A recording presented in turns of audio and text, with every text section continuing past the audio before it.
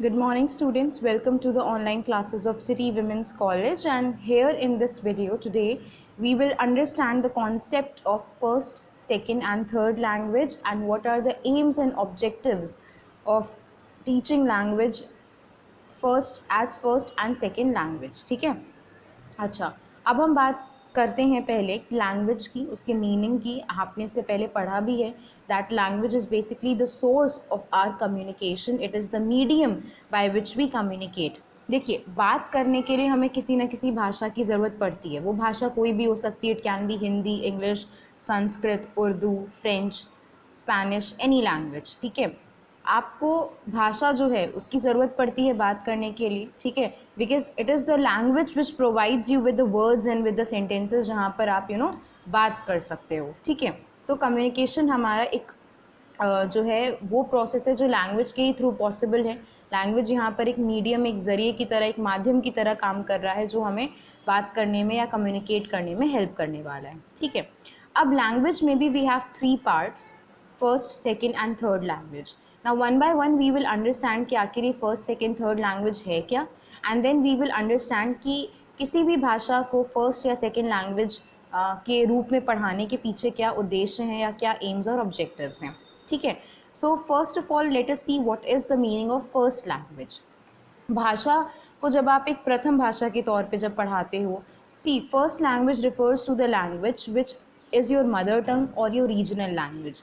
यानी जब आपकी जो भाषा है, या तो जो मातृभाषा है या जो आपकी रीजनल लैंग्वेज है, क्षेत्रीय भाषा है, उसको हम कहते हैं फर्स्ट लैंग्वेज. वो हमारी प्रथम भाषा होती है, because that is the language in which the person starts communicating. that is the first language जिसके कांटेक्ट में पहली बार पर्सन आता है. ठीक है, जब भी लैंग्वेज का कॉन्सेप्ट आता है तो आपको आपकी मातृभाषा या क्षेत्रीय भाषा ही आप सीखते हो. दैट इज़ द लैंग्वेज जिसके कांटेक्ट में आप आते हो सबसे पहली बार. ठीक है, तो इसीलिए उसको फर्स्ट लैंग्वेज कहते हैं, because that is the first language which is used by everyone. जो हमारी मदर टंग या हमारी रीजनल लैंग्वेज है उसको हम यूज़ करते हैं as a source of our communication, as a medium of our communication. तो जो हमारी मदर टंग या रीजनल लैंग्वेज है, क्षेत्रीय भाषा है, मातृभाषा है, उसको हम प्रथम भाषा या फर्स्ट लैंग्वेज कहते हैं. सेकेंड लैंग्वेज की अगर हम बात करें, so second language refers to the alternative language. यानी जो हम ऑप्शन के तौर पे या जो हम अपनी मातृभाषा या रीजनल लैंग्वेज के अलावा अगर हम किसी भाषा का यूज़ करते हैं तो वो हमारी सेकेंड लैंग्वेज बन जाती है. ठीक है, फॉर एग्जाम्पल जैसे हिंदी अगर मेरी मातृभाषा है या मेरी क्षेत्रीय भाषा है, ठीक है, अब उसके अलावा अगर मैं इंग्लिश लैंग्वेज का यूज़ करती हूँ तो वो मेरे लिए मेरी सेकेंड लैंग्वेज हो जाएगी, because English language is not my mother tongue, neither it is my regional language. तो जब मैं उसको यूज़ करूँगी तो वो मेरी सेकेंड लैंग्वेज हो जाएगी. तो यानी वो लैंग्वेज जिसे आप अपनी मातृभाषा या क्षेत्रीय भाषा के अलावा यूज़ करते हो वो आपकी सेकेंड लैंग्वेज होती है. थर्ड लैंग्वेज या जिसे हम फॉरेन लैंग्वेज भी कहते हैं, it refers to the language which is neither your first और सेकेंड लैंग्वेज, जो दोनों ही कैटेगरी में नहीं आ रही है, ना फर्स्ट लैंग्वेज है ना सेकेंड लैंग्वेज है. ये वो लैंग्वेज है जो आपके शायद कंट्री को भी बिलोंग नहीं करती. यू एक्चुअली लर्न इट, आप उसे सीखते हो और ये किसी दूसरे ही कंट्री या कल्चर को बिलोंग करती है.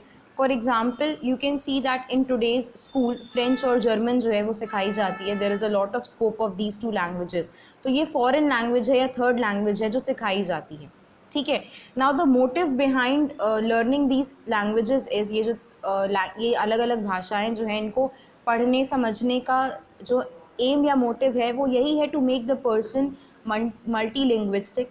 बिकॉज आज के टाइम पे when where the world is so competitive in nature, जहाँ पे आप इंटरनेशनल लेवल पे या जहाँ पर आप एक ग्लोबल लेवल पे आपका पहुँचना कोई बड़ी बात नहीं है. ठीक है, if you have the resources, if you have the potential, आप आसानी से you can have some international contacts, you can have global contacts. तो वहाँ पे पहुँचने के लिए या वहाँ पे पहुँच करके अपने आप को स्टेबल करने के लिए you need to have the knowledge of the various languages, because language act as a source of communication. और अगर आप बात ही नहीं कर पाओगे, कम्युनिकेट ही नहीं कर पाओगे, then how are you going to reach to the mass number of people at the global level. आप कैसे लोगों तक पहुंच पाओगे, कैसे उनकी बातें समझ पाओगे और कैसे अपनी बातें समझा पाओगे. ठीक है, फॉर एग्जाम्पल आप मान लीजिए अगर आप एक बिजनेस पर्सन भी हैं, ठीक है, अगर आपका एक इंटरनेशनल लेवल पे बिजनेस आपने स्टैब्लिश करा है, obviously you are going to meet the international clients, आप अलग अलग कंट्रीज़ के क्लाइंट से मिलोगे, आप अलग अलग कंट्रीज़ के बिजनेस ऑर्गेनाइजेशन से मीटिंग्स करोगे। ऑब्वियसली वहाँ पे उनकी लैंग्वेज आपको या आपकी लैंग्वेज उन्हें नहीं आती होगी, but there will be some sort of common language जो आप दोनों को बात करने में हेल्प करेगी। You need to have some sort of knowledge of different languages जो आपको हेल्प करे बात करने में, चीज़ें समझाने में, ठीक है। या फिर आप मान लीजिए कि कल को किसी बाहर अब्रॉड में आप पढ़ने गए या आप रहने गए या जॉब करने के लिए आप गए, आप वहाँ पे जा रहे हो, तो ऑब्वियसली वहाँ के लोग आपकी भाषा नहीं सीखने वाले हैं, आपको उनकी लैंग्वेज सीखनी पड़ेगी so that you can survive there, you can stabilize yourself there, ठीक है। तो मल्टी लिंग्विस्टिक होने का ये बहुत बड़ा फ़ायदा है that it opens a lot of career opportunities for you, बहुत सारे करियर अपॉर्चुनिटीज़ आपके लिए ओपन हो जाती हैं। And also it develops you professionally, it develops your personality also. ये आपको प्रोफेशनली और पर्सनली दोनों ही तरीक़ों से बहुत ज़्यादा डेवलप करने में हेल्प करता है, ठीक है। So having the knowledge of more than 2 languages is very much beneficial. अपनी मातृभाषा के अलावा you should have some sort of second language जिसका आप यूज़ कर सको, और सेकेंड लैंग्वेज के अलावा भी आपको थर्ड लैंग्वेज की नॉलेज होनी चाहिए, किसी ना किसी फॉरेन लैंग्वेज की नॉलेज आपके पास होनी चाहिए जिसका स्कोप बहुत ज़्यादा हो, सो that you can be proficient in your area, आप अपने काम में, अपने वर्क फील्ड में और भी ज़्यादा इफेक्टिव हो सको, एफिशिएंट हो सको। ऑल्सो जब आप जॉब करने जाते हो, फिर चाहे अब्रॉड हो या अपनी कंट्री में ही हो, यू कैन सी जब आप अपने रिज्यूमे में, अपने सीवी में लिखते हो लैंग्वेजेस में कि you have knowledge of more than 2 और 3 लैंग्वेजेस, जब आप वहाँ पे लिखते हो कि आप मेंशन करते हो कि इन लैंग्वेजेस की आपको नॉलेज है, तो यू आर प्रेफर्ड, आपको प्रेफरेंस दी जाती है। Because in today's time people also need such employees जो मल्टीटास्कर हों, ठीक है, या मल्टी लिंग्विस्टिक हो, बिकॉज समहाउ कहीं ना कहीं आपका ये जो स्किल है, ये जो लैंग्वेज स्किल है, वो उनके लिए भी बेनिफिशियल साबित होगा। So yes, it will help you eventually professionally and personally if you are proficient in more than 2 languages. So this is what the concept of first, second and third language is. First language आपकी मातृभाषा या regional language है, क्षेत्रीय भाषा है। Second language आपकी वो language है जो आप अपनी रीजनल या मदर टंग के अलावा यूज़ करते हो, ठीक है। And the third language is some foreign language, right. Now अब हम समझते हैं कि आखिर फर्स्ट और सेकेंड लैंग्वेज पढ़ाने के पीछे क्या ऑब्जेक्टिव्स हैं। Now here on your screen you can see that the heading has been given aims and objectives of teaching English as a first language. यहाँ पे आप अगर इंग्लिश वर्ड आया है तो आप ये मत सोचिए हम केवल इंग्लिश लैंग्वेज के पॉइंट ऑफ व्यू से बात कर रहे हैं, लैंग्वेज कोई भी हो सकती है, ठीक है। तो आप यहाँ पे केवल लैंग्वेज के व्यू पॉइंट से समझिएगा, बिकॉज ये जो एम्स और ऑब्जेक्टिव्स हैं वो हर लैंग्वेज के लिए कॉमन ही हैं, ठीक है। तो आप बिल्कुल भी कंफ्यूज मत होइएगा कि यहाँ पे इंग्लिश दे रखा है तो यहाँ पे सिर्फ इंग्लिश लैंग्वेज की बात हो रही है, नहीं, यहाँ पे हर एक लैंग्वेज की बात हो रही है, because these are the points that are common for the aims and objectives for any language. किसी भी भाषा को पढ़ने के लिए, प्रथम और द्वितीय भाषा को पढ़ने के लिए आपके यही एम और ऑब्जेक्टिव्स होंगे, ठीक है। सो लेट अस सी कि आखिर क्या एम्स और ऑब्जेक्टिव्स हैं। Now teaching of any language as a first language, जब आप किसी भी भाषा को एक फर्स्ट लैंग्वेज के तौर पे पढ़ते हो तो उसके एम्स क्या हो सकते हैं, थ्रू डेवलप लैंग्वेज एस्पेक्ट। पहला एस्पेक्ट आपका हो जाएगा कि जो लैंग्वेज एस्पेक्ट है या जो ग्रामेटिकल एस्पेक्ट है, उस भाषा के ग्रामर की नॉलेज देना, व्याकरण लेवल पर उसकी नॉलेज देना, ये पहला एम हो जाएगा।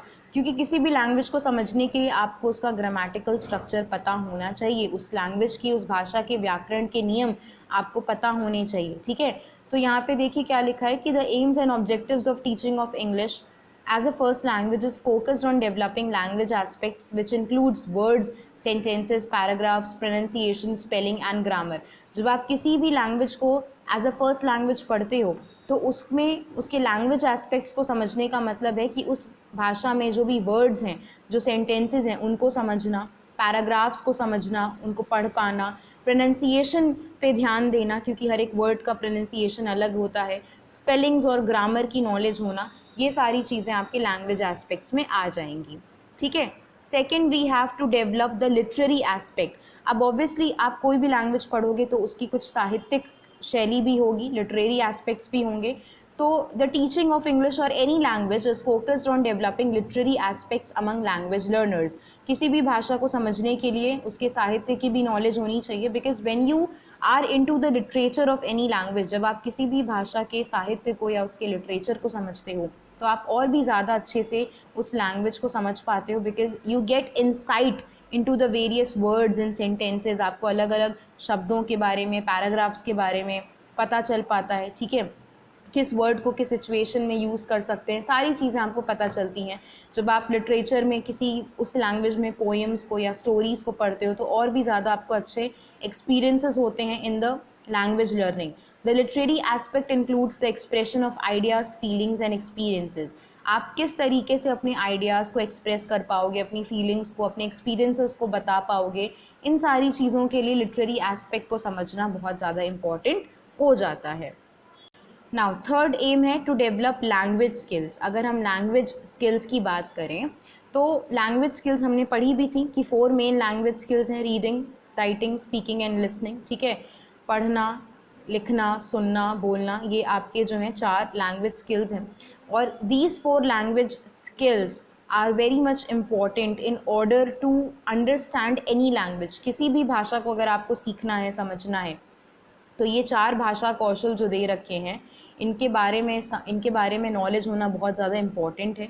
एंड लैंग्वेज स्किल्स पर अलग से पूरा एक वीडियो जो है अपलोड किया गया है, आप उसको देख लीजिए। अगर आपने नहीं देखा है, आपको लैंग्वेज स्किल्स के बारे में डिटेल में इन्फॉर्मेशन भी मिल जाएगी कि यहाँ पे किस चीज़ के बारे में बात हो रही है। Now very important thing is कि आप किसी भी लैंग्वेज को अगर सीख रहे हो तो केवल उसको पढ़ना या फिर उसको लिखना ही नहीं आना चाहिए, उसको बोलना भी आना चाहिए। और जब कोई बोल रहा है तो वो लैंग्वेज आपको समझ में भी आनी चाहिए, ठीक है। That is why it is very important to develop the language skills. Now यहाँ पे लिखा भी हुआ है कि at the same time as developing the skills the student need to use the language correctly. जब आप इन स्किल्स को सीख रहे हो या किसी भी लैंग्वेज को सीख रहे हो तो आपको उस भाषा को सही तरीके से इस्तेमाल करना आना चाहिए, यानी उसको कैसे बोलना है या किस सिचुएशन में किस तरह के वर्ड्स या सेंटेंसेस यूज़ करने हैं। This involves using grammar correctly as well as establishing the appropriate relationship between the different linguistic components. अब यहाँ पे बहुत सारी चीज़ें आ जाएंगी, किस तरीके से आप ग्रामेटिकली चीज़ों को यूज़ करोगे, करेक्ट ग्रामर का यूज़ करना, ठीक है।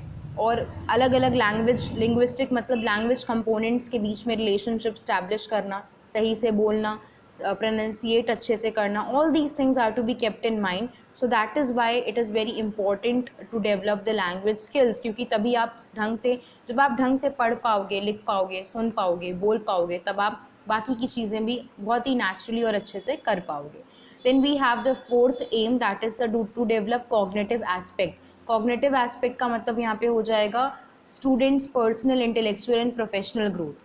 फर्स्ट लैंग्वेज यानी बच्चा जब अपनी मदर टंग या रीजनल लैंग्वेज सीखता है तो ऑब्वियसली पर्सनल लेवल पे भी उसकी ग्रोथ होती है, प्रोफेशनल और इंटेलेक्चुअल या मेंटल लेवल पे भी उसकी ग्रोथ होती है, because they get better understanding of things and ideas, they have the clear understanding of things. उनके आसपास जो कुछ भी है उसको समझने में, सोचने में और इवन एक्सप्रेस करने में आसानी हो जाती है। तो कॉग्निटिव एस्पेक्ट्स भी डेवलप करने में बहुत ही ज़्यादा हेल्पफुल रहता है। So these are some of the aims and objectives of learning any language as a first language. किसी भी भाषा को एक प्रथम भाषा के तौर पे पढ़ने और समझने के ये कुछ एम्स और ऑब्जेक्टिव्स हैं, ठीक है। Now let us look towards the aims and objectives of teaching of language as a second language. किसी भी भाषा को पढ़ने या समझने के लिए या पढ़ाने के लिए द्वितीय भाषा के रूप में उसके क्या एम्स और ऑब्जेक्टिव्स हैं, ओके। नाउ यहाँ पर अगर हम इंग्लिश लैंग्वेज को एज एन एग्जाम्पल ले कर के भी चलें तो आप देखिए लिखा भी हुआ है that Indian people consider English as a second language. हमारे यहाँ जो इंग्लिश लैंग्वेज है वो एक द्वितीय भाषा के रूप में प्रचलित है, ठीक है, क्योंकि ना ही हमारी मातृभाषा है ना हमारी क्षेत्रीय भाषा है। This language does not belong to our country, but इसका यूज़ इतना ज़्यादा बढ़ गया कि it is no more a foreign language और a third language, it has become second language for all of us. Now it is studied as a compulsory second language. हर एक school में आप देखिए, हर एक स्कूल में, कॉलेज में पढ़ाई जाती है इंग्लिश। इवन हमारा मीडियम भी, अब हमारे स्कूल्स भी इंग्लिश मीडियम में हो गए हैं। The teacher should keep in mind the aims of teaching English.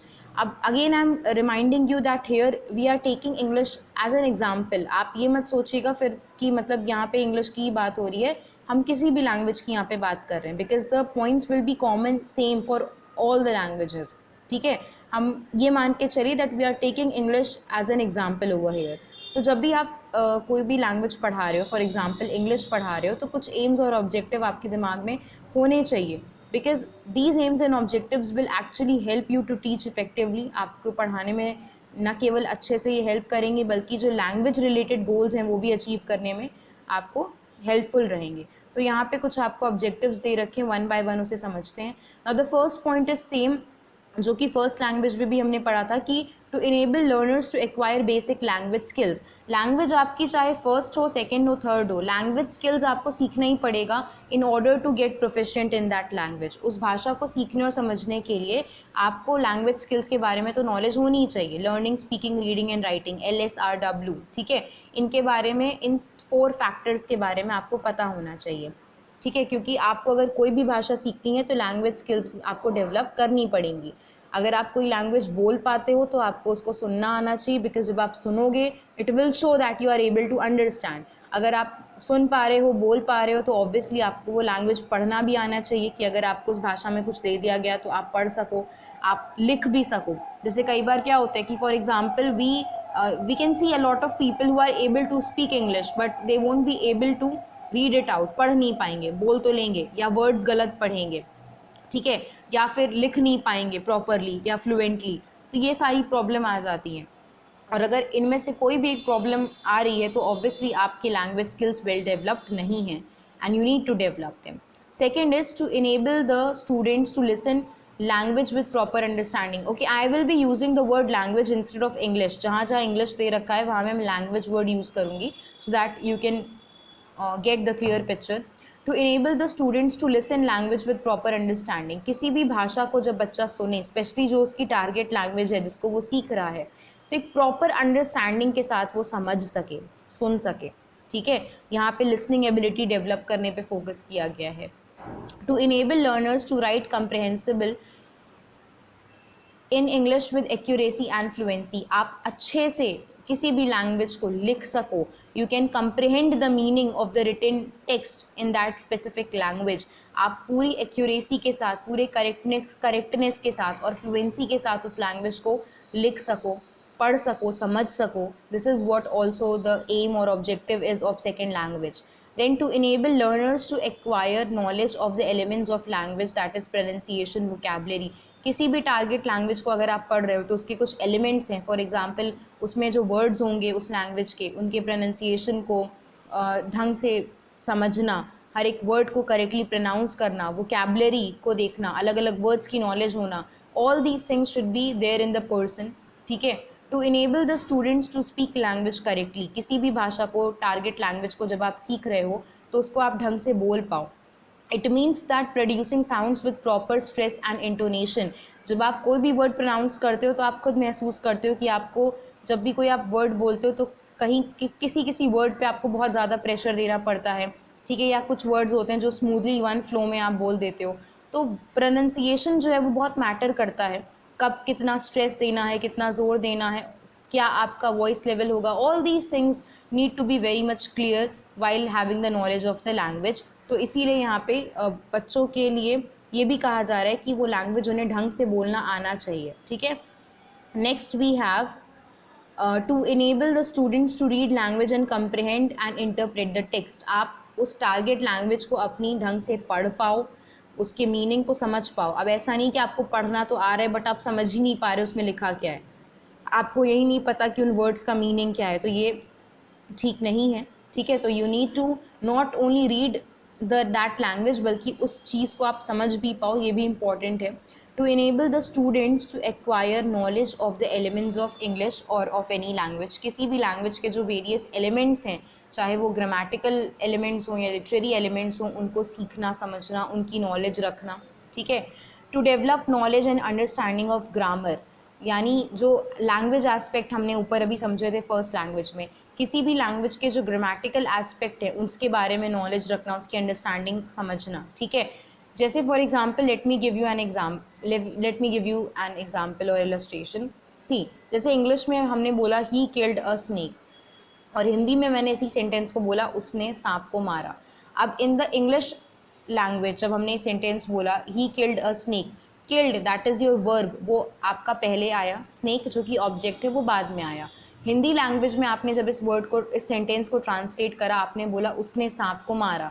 सांप जो कि आपका ऑब्जेक्ट है वो यहाँ पर बीच में आ रहा है, सेकेंड प्लेस पर आ रहा है, ठीक है। और मारा जो कि आपका वर्ब है, क्रिया है, वो लास्ट में चला गया। Basically you can see that in both the languages, English and Hindi, the sentence is the same, example is the same, but वहाँ पर वर्ड्स जो है उनकी पोजिशन चेंज हो गई है।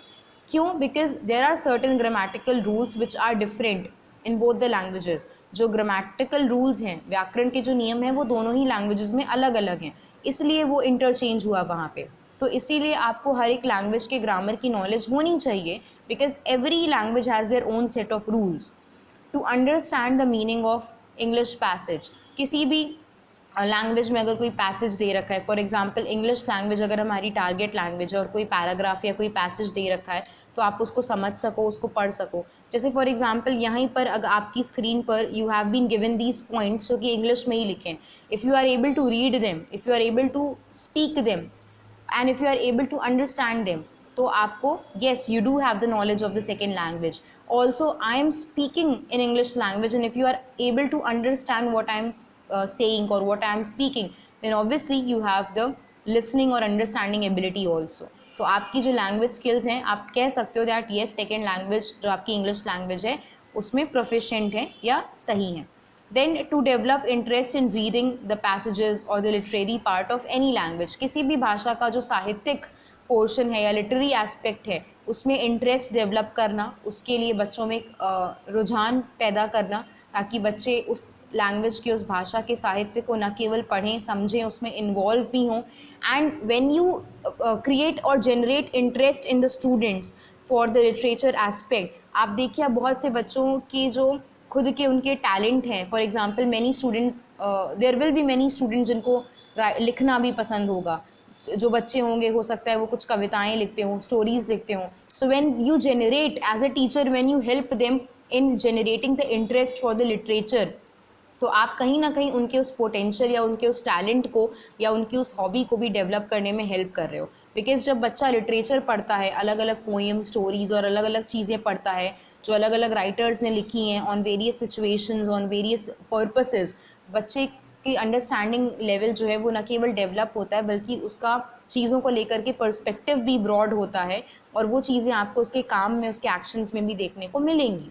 Then to develop their insight and favourable attitude towards the language, किसी भी भाषा को लेकर के, जो भी उनकी टारगेट लैंग्वेज है जिसको वो सीख रहे हैं, उसको लेकर के उनका इंटरेस्ट जनरेट करना और एक फेवरेबल, एक पॉजिटिव एटीट्यूड, एक एक्सेप्टेबल एटीट्यूड डेवलप करना। जैसे फॉर एग्जांपल जब हम स्कूल में मान लीजिए अगर इंग्लिश लैंग्वेज सिखा रहे हैं, सेकेंड लैंग्वेज ही हमारी इंग्लिश लैंग्वेज है, ठीक है, you can see that most of the time students do not accept it. और जब आप उसको एक्सेप्ट ही नहीं करोगे, जब तक आप किसी चीज़ को अपनाओगे नहीं, तो आप उसकी तरफ आप एफर्ट भी नहीं डालोगे, सीखोगे भी नहीं और आपको समझ में भी नहीं आएगी। सो अगर आप कोई भी लैंग्वेज को एज अ सेकेंड लैंग्वेज पढ़ा रहे हो, सिखा रहे हो, क्योंकि अपनी मातृभाषा के लिए, रीजनल लैंग्वेज के लिए हमारे अंदर एक नेचुरल रिस्पेक्ट होती है, एक नेचुरल कनेक्शन होता है, ठीक है, हम बिना किसी दिक्कत परेशानी के अपनी मातृभाषा या क्षेत्रीय भाषा सीख लेते हैं। सेकेंड लैंग्वेज या थर्ड लैंग्वेज सीखने में ही हमें थोड़ी सी दिक्कत होती है। अब दिक्कत में भी यहाँ पे प्रॉब्लम तब होगी जब आप उस चीज़ को एक्सेप्ट नहीं करोगे, ठीक है। सो यहाँ पे फेवरेबल एटीट्यूड या इंसाइट का मतलब यही हो गया कि आपको बच्चों के अंदर न केवल इंटरेस्ट डेवलप करना है बल्कि एक रिस्पेक्टेबल और एक एक्सेप्टेबल एटीट्यूड डेवलप करना है, जहाँ पे बच्चे उस भाषा की तरफ अपना एक कदम बढ़ा सकें, उसको एक्सेप्ट कर सकें एज देयर ओन लैंग्वेज और सीख सकें। क्योंकि जब एक फेवरेबल या एक पॉजिटिव या एक सकारात्मक एटीट्यूड बच्चे डेवलप करेंगे regarding the target language, they will be able to learn it much more faster, वो और तेज़ी से उसको समझ पाएंगे। So these were the aims and objectives of the first and second language, कि किसी की भाषा को जब आप पढ़ाते हो प्रथम और द्वितीय भाषा के रूप में, तो उसके क्या उद्देश्य हो सकते हैं। You can see that most of the points are common, specially language skills का तो पॉइंट दोनों ही एम्स और ऑब्जेक्टिव फर्स्ट और सेकेंड लैंग्वेज में कॉमन ही है, ठीक है। So this was it for the today's video, and in the further video we will talk about the rest of the remaining things. Okay, thank you class.